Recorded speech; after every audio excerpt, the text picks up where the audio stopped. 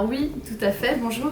Alors effectivement, donc depuis le 1er janvier 2020, le comité social et économique est la seule instance représentative du personnel existante. Donc la loi est passée il y a quelques années. On a disposé d'un régime un petit peu transitoire pendant lesquels les anciennes instances représentatives, donc comme le CE et les délégués du personnel, restaient en action jusqu'au 31 décembre 2019. Et depuis le 1er janvier 2020, on devait absolument passer sous ce nouveau format donc de CSE.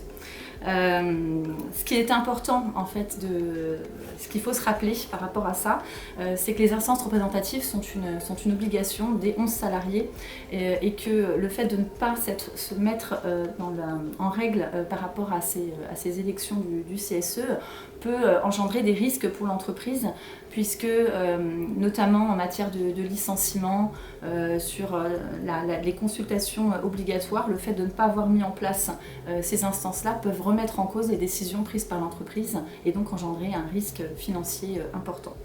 Il y a, pour résumer, deux cas de figure. Soit votre entreprise était inférieure à 11 salariés, a passé donc le cap des 11 salariés sur 12 mois consécutifs, et auquel cas il s'agit d'une première mise en place de ces instances représentatives.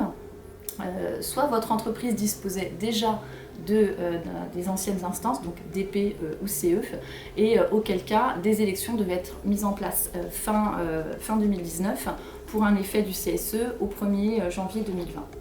Voilà. Donc dans ces deux situations, de toute façon, il fallait passer en CSE au 1er janvier 2020, puisque les anciennes instances n'ont plus vocation à exister depuis le 31 décembre 2019. Alors, la procédure est un petit peu complexe, peut paraître chronophage pour des entreprises, surtout entre 11 et 50 salariés, qui ne disposent pas toujours d'un service RH pour les assister.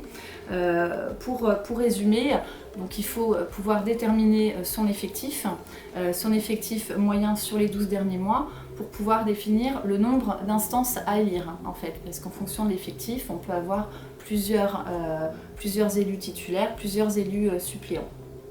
Ensuite, on rédige un calendrier prévisionnel pour pouvoir comprendre les différentes étapes en fait, de ce process qui va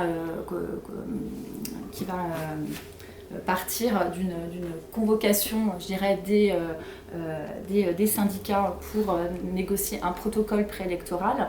Ce protocole préélectoral permettra de définir le cadre de ces élections. Pour établir du coup toute cette procédure, il est conseillé quand même de faire appel à un juriste en droit du travail, même pour des entreprises plus importantes, parce que le moindre vice de forme dans la procédure peut remettre en cause ces élections. Et que il est important quand même de garantir une certaine sécurité dans ces relations de travail, c'est plus simple pour l'entreprise. Et puis il ne faut pas oublier aussi que ces instances sont là pour négocier avec l'employeur, améliorer le cadre de vie des employés, et ça c'est positif. Voilà, c'était le mot de la fin. Merci.